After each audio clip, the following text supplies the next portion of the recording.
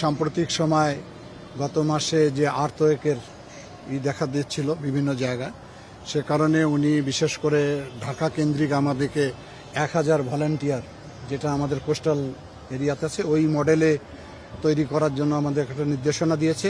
বিশেষ করে ওই সময় লোকজনকে অ্যাসেম্বল করার জন্য ঢাকা শহরে বিভিন্ন খেলার মাঠ, স্কুলকে চিহ্নিত করতে বলা হয়েছে আমাদেরকে, এবং আরও কিছু নির্দেশনা দিয়েছে কিছু ইকুইপমেন্ট দ্রুত গতিতে যাতে আমরা প্রকিউরমেন্ট করতে পারি, এবং অ্যাওয়ারনেস তৈরি করার জন্য অন্য অন্য মন্ত্রণালয়ের সঙ্গে আমাদের কাজ করার নির্দেশনা দিয়েছে। এগুলো নিয়ে আমরা কাজ করে আগামী 11 তারিখ আবার আমরা বসে এটার ফলো আপ দিই। এর বাইরে আর কোনো আলোচনা হয়েছে? এটা নিয়ে আলোচনা হয়েছে। পররাষ্ট্র কি আলাদা আলাদা হয়েছে বৈঠকে? না, পররাষ্ট্রটা আলাদা, আমাদের শুধু আমাদের মিনিস্ট্রি নিয়ে আলোচনা হয়েছে। এখন পর্যন্ত ভূমিকম্প বা যদি এরকম আল্লাহনাগর বিদেশটা হয়, সেক্ষেত্রে আপনাদের আসলে এটা ক্যাপাবিলিটি কেমন রয়েছে সবগুলো? এই ক্যাপাবিলিটি বিল্ড আপের জন্যই আলোচনাগুলো হচ্ছে। এখন পর্যন্ত মন্ত্রণালয় কেমন আছে? না আছে, আমাদের যেগুলো ইকুইপমেন্ট আমরা প্রকিউরমেন্ট করছি, এগুলো আর্ম ফোর্স ডিভিশনে আমরা দিয়েছি, কিছু ফায়ার সিভিল ডিফেন্সকে দিয়েছি।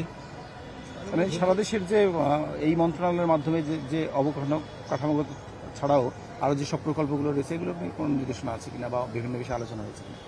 বিভিন্ন বিষয় নিয়ে আলোচনা হয়েছে, মূলত এই 3-4টির ব্রিফের সবচেয়ে বেশি গুরুত্ব দিয়েছেন উনি। সেই নিয়ে আমরা কাজ করব, কাজ করে আবার 11 তারিখ আমরা বসে আমরা আমাদের এই ব্যাপারগুলোকে নিয়ে কিভাবে আমরা কাজ করব সেগুলো সিদ্ধান্ত হবে।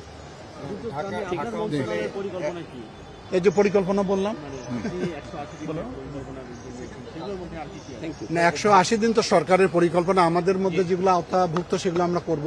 রাজধানী তো ভূমিকম্প প্রবণ এলাকায় বটে, মানে এত বড় বড় হাই রিস্ক বিল্ডিং যেগুলো আসলে নিয়ম কানুন ছাড়া অনেক কিছু হয়েছে, দুর্বল অবকাঠামো, সেই জায়গাগুলোতে কোনো ধরনের কঠোর নির্দেশনা আছে কিনা? আপনাদের কোনো ধরনের তদারকির জন্য নির্দেশনা? এগুলো তো বিল্ডিং কোডের মধ্যে অন্তর্ভুক্ত করা থাকে, যেগুলো আলোচনায় থাকে, যেগুলো হ্যাঁ গৃহ মন্ত্রণালয় এরা এটা দেখাশোনা করে। আপনাদের তরফ থেকে কোনো ধরনের পরামর্শ বা না, পরামর্শ তো আমাদের যখন জাতীয় যেটা আমাদের কাউন্সিল রয়েছে সেগুলোর মধ্যে এগুলো আলোচনা হয়। আমরা মাননীয় প্রাইম মিনিস্টারকে বলেছি, যেটা 2022 সালে বোধহয় একটা সভা হয়েছিল, এটা অল্প সময়ের মধ্যে আমরা একটা মিটিং করে আইনের আওতায় আনার জন্য আমরা বলেছি, প্রস্তাব তুলেছি। 1000 স্বেচ্ছাসেবক, এটা তো ঢাকা শহর বিবেচনায়। না, 1 লক্ষ।